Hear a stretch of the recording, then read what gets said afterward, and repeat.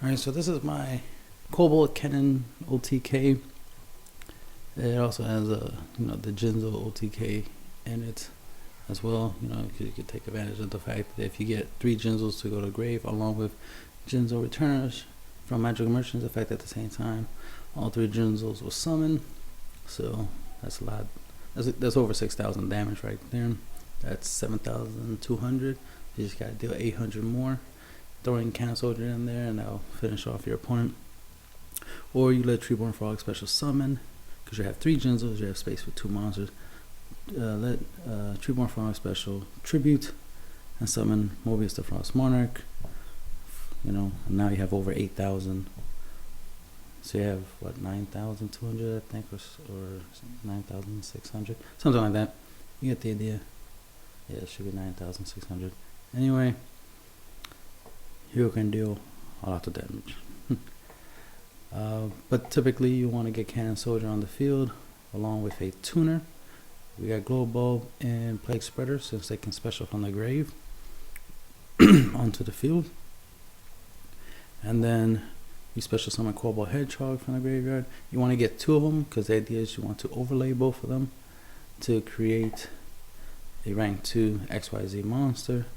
Launch it, deal damage to your opponent, and keep doing that until you run out of rank 2s. You can deal a good amount of damage, because to deal 5,000 damage you just need 10 rank 2s, right? So right here you got 3, and then boom, 3 more, and then boom, you got 10, right? But you got 2 extras, so you'll deal an extra 1,000, so you'll deal 6,000. So right there you got 3, that's 6, so you got 12 rank 2s you can use to launch at your opponent. I got Slacker Magician for the defense aspect, but you could switch it to 3 more rank 2s, so that way you can increase the damage in a single turn. But typically you'll get Treeborn Frogs, special summon, so you'll be able to launch that for 500 damage. Tribute cancel himself for another 500, so that's 1,000 alone. So we're just offering all 12 of the XYZs, rank 2s, you will deal your opponent 6,000 damage. Right, 3, 1, that's 5,000, yeah, plus the extra 1,000, yeah, 6,000. Treeborn Frog and Cancel, that's 7,000. But of course you can bring back the Quillbolt Hedgehogs and launch them individually instead of exceed something. Launch them individually, that's an extra 1,000, so that's 8,000. So you can see you can OTK relatively easy in a single turn, because all you really need is Cannon Soldier, a Plague Spreader, or a Glow Bulb, whichever one you special from the grave, and 2 Quillbolts, because you bring them back, you overlay, and then you have your ammo, as I call it, in your extra deck, so you have access to it. So you don't need that much in order to pull off the OTK. Unlike the Treeborn Frog, the Frog Cannon version, which requires you to have a whole bunch of frogs in the graveyard banished to bring back the Ronin Tonans and then launch the Ronin Tonans for damage. This has a nice little loop that you can almost go infinite with. Because the cool thing about the Herald of Sacred, the Herald of Pure Light, is the fact you can detach the Quillbolt, right, and grab an XYZ from your graveyard, obviously a rank 2, throw it back into your extra deck, and then take a card from your hand and shuffle it back into the deck.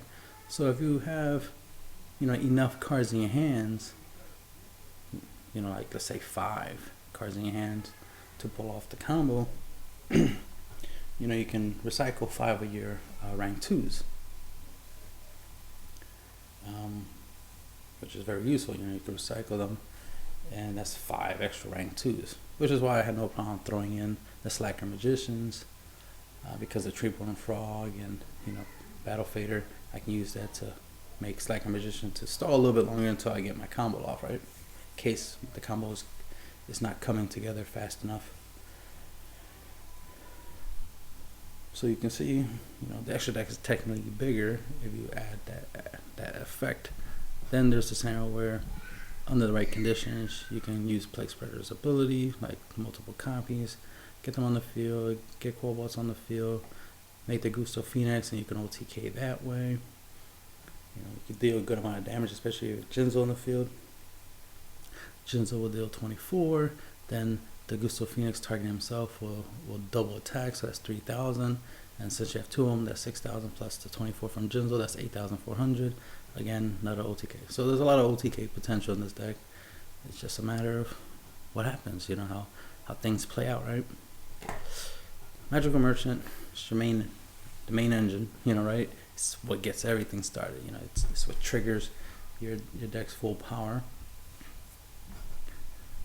To guarantee you get that, because that's very important to get the stuff in the grave. Ray-Me, when this card is destroyed by battle sent to the graveyard, you can add one level 2 or lower light monster from your deck to your hand. And Magical Merchant is a level 1 light monster. Then we got Cancel, of course, he's your gun to shoot off all your ammo.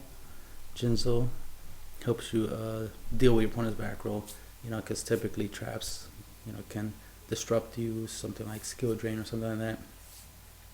It could be problematic. Phoenix Chain, breakthrough skill, things of that nature. Even something as simple as Torrential Tribute or Bottomless or something could be problematic. So Jinzo will help you pretty much guarantee the OTK, which is important. But also, again, it's Jinzo. You summon a whole bunch of monsters on the field with over 2,000 attack, like Jinzo and Mobius. You attack. You don't want to run into a Mirror Force, so that's what's useful about Jinzo. It'll make it where your opponent can't Mirror Force, and then you can just attack for game, you know what I mean? Nothing you can do, of course, is use Cannon Soldier to deal a good amount of damage, and then just attack and deal battle damage. You can combine both effect damage and battle damage and beat your opponent. Then we got, of course, I already mentioned what we got Jinzo for. Then we got Jinzo Returner. So when it goes to the graveyard, it brings you back Jinzo. So when you mill Jinzo and Returner together, Returner will bring back Jinzo. During your next turn, the Jinzos will be destroyed. So obviously Magical Merchant typically goes off on your opponent's turn. So when they attack it flips, it activates, it sends these to the grave, then Jinzo special summon. So that way he'll be there for your turn, but during your end phase he'll disappear, so make use of him while he's there. Necrogardener, for defense. Obviously, this is a monster-heavy deck. Not much traps and spells in this deck. So Necrogardener is one of your little defensive traps, as it were. Your Battle Fader is a hand trap. Treeborn Frog is, good tribute fodder, but also, good defense. Stall a little bit longer, gives you an extra monster to block with. You can use Plague Spreader for the same purpose, special summon, so you can block, but you want to make sure you don't waste all your Plague Spreaders and your Glow Bulb special abilities, because you're going to need them for pulling off the OTK, because you got to at least have one tuner to special summon the Quillbolts, right? The Quillbolts, of course, special summon while you control a face-up tuner monster, and if this card will leave the field, banish it instead. But since you exceed summon, they don't count as being on the field, so when the exceed monster goes to the graveyard, they will go to the graveyard as well, and then you can bring them back and then just keep on exceeding and keep on loading the cannon. Plague Spreader Zombie, of course. Put a card from your hand on top of your deck to special summon from your grave. Since a lot of stuff will be in your grave, more likely this will be in your grave.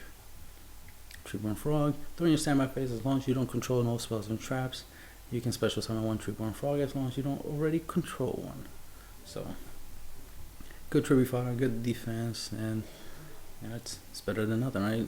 Because there might be in a point where you have to decide between not summoning and summoning. So you don't want to be in a position where you have Cancel in your hand, you're trying to save it, but you can't keep letting your opponent keep attacking you with a monster and dealing you damage. They'll beat you before you even get your combo off, right? So having that Treeborn Frog coming back and taking the hit for you, taking the hit every turn, so that way you can save your hand, save the monsters you want in your hands, matter. Plague Spreader, Quillbolt, Quillbolt, none of those matter to Necrogardener, none of those matter to keep in your hand. Put them on the field, let them die, because you want them in the grave anyway. They'll be more useful in the grave. But Treeborn Frog, will help make sure you have tribute fodder for Mobius and Jinzo if you need to summon them. Quillbolt, as I said, send a card from the top of your deck to a graveyard, special summon. It's just there because it's a tuner, so that we have 4 tuners to work with, not just 3.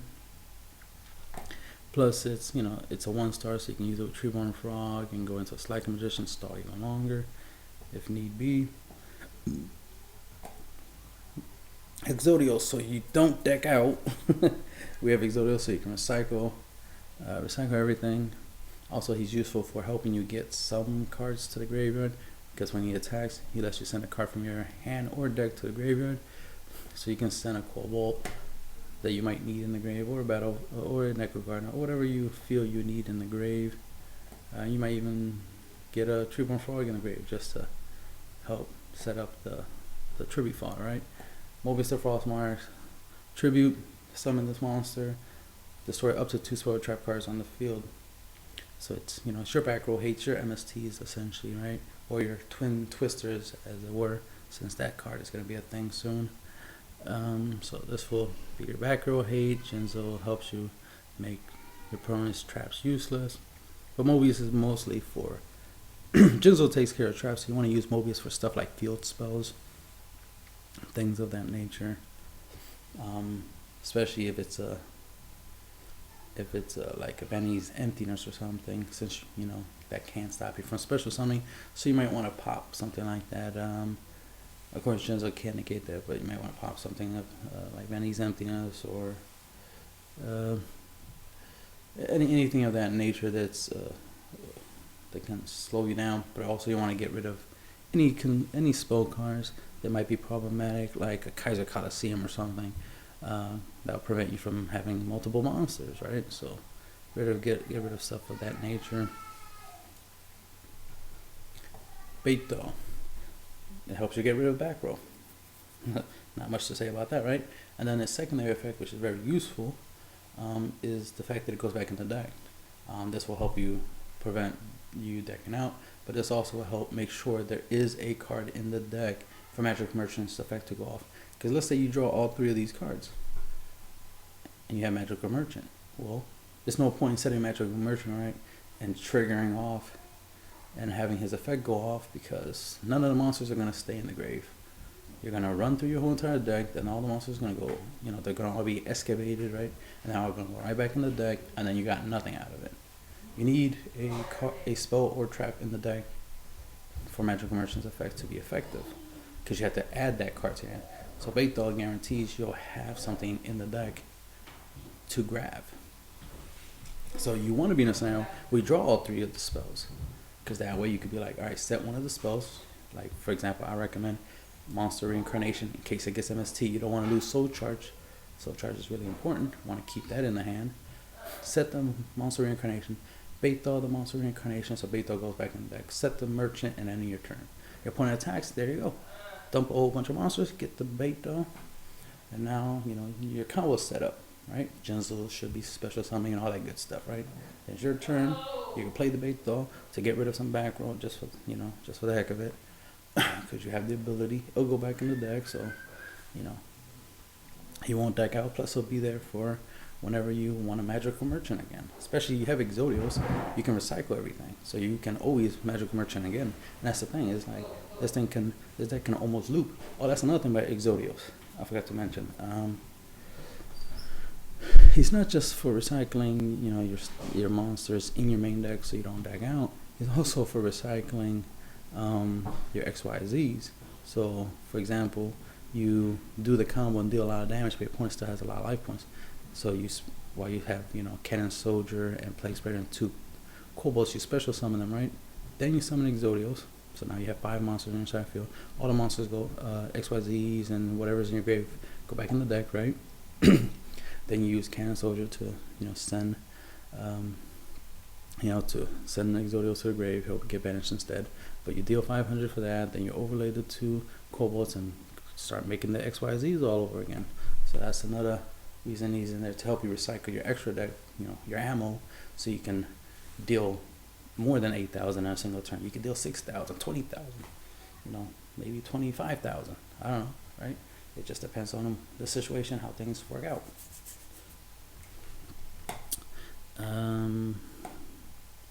But that's what bait does. Therefore, monster reincarnation helps you in a scenario in case you want to grab a Mobius or a Jinzo in the grave. Because Jinzo, typically be summoned by a Jinzo Returner.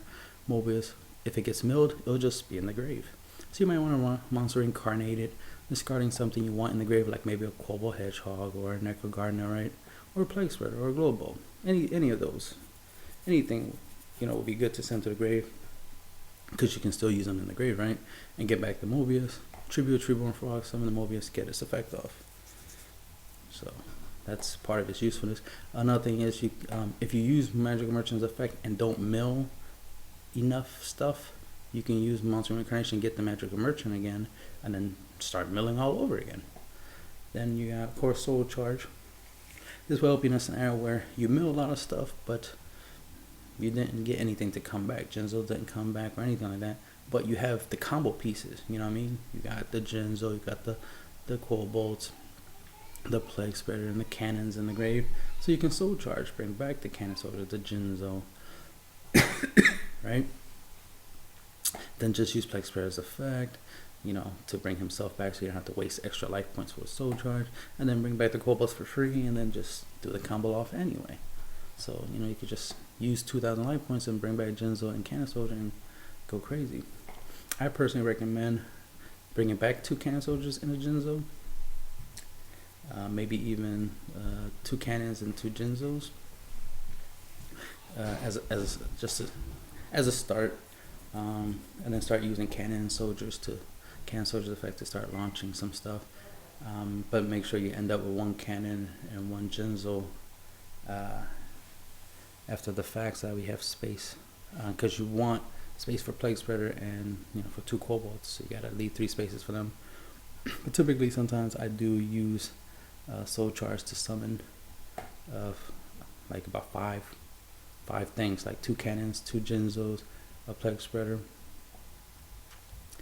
and then start using Cannon Soldier's effect to launch the Plague Spreader and the extra Jinzo, just in case your opponent has a what's that card called? A Book of Moon, or even a Book Eclipse, or a Forbidden Chalice, I think is the one that negates monster effect. Something like that. Because Jinzo can deal with traps, but but spells is still spells, right? There's still spells out there. There are a couple spells cards that can be used to mess up your combo, like Book of Moon, Book Eclipse, stuff like that. So, to avoid, Book Eclipse is going to be hard to avoid, but Book of Moon, you have a better chance if you have more than 1 Cannon Soldier. Because if you only have 1 Cannon Soldier and your opponent Book of Moon's that, then your combo can't really function, right? And since you use Soul Charge to get the stuff on the field, you can't attack. So your opponent saved himself. So to kind of help with that situation, it's good to have more than 1 cannon on the field, and at first, and start launching and see if your opponent has any responses. But your opponent can wait until you only have 1 Jinzo, 1 Cannon Soldier, and then Book of Moon. The idea is to try to avoid it. Just something that I tend to think about and try to do when I play it. Slacker Magician for defense. Once per turn, if it would be destroyed by battle, it is not. During either player's turn, if this card is targeted by an effect of a card, the target is this face-up card, you can detach a material, negate, and destroy the card that target this card. And it's 2100 defense, so that's pretty good, right? Rank 2, 2000 attacker, really nice.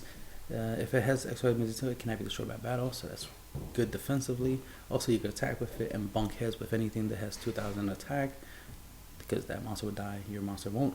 But if the monster happens to be stronger than this, what's good about this monster is that after a battle is a monster that's stronger than it, you can detach a material and then return that monster to your opponent's hand. So you can get rid of synchros, fusions, XYZs, blue eyes, whatever, anything.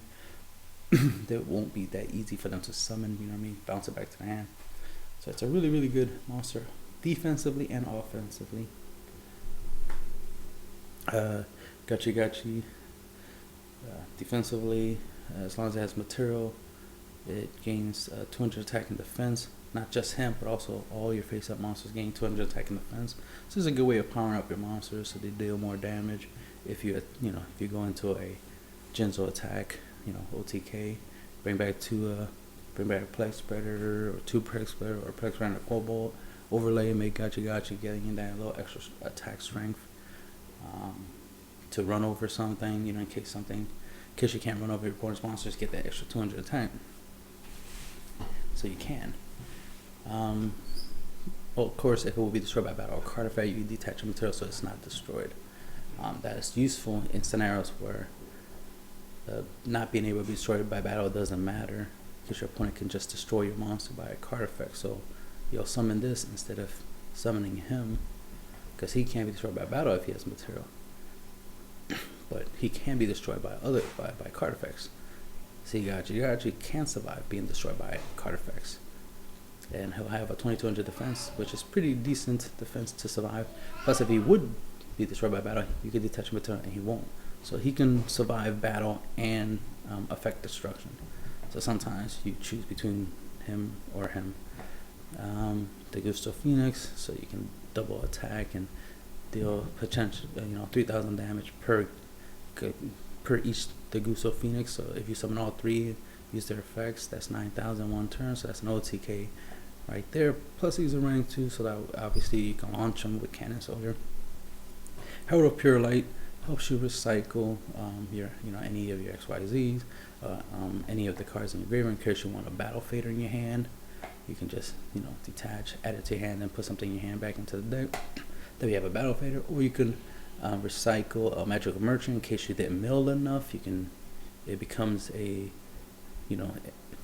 another monster reincarnation. So it's like you have 4 monster reincarnations in one in your deck.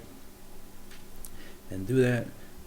Like I said, you can recycle your XYZs, so it becomes kind of like a pseudo Exodios, and there's a lot of synergy there, obviously. And give it a try. Tell me what you think. And that's the end of the deck profile.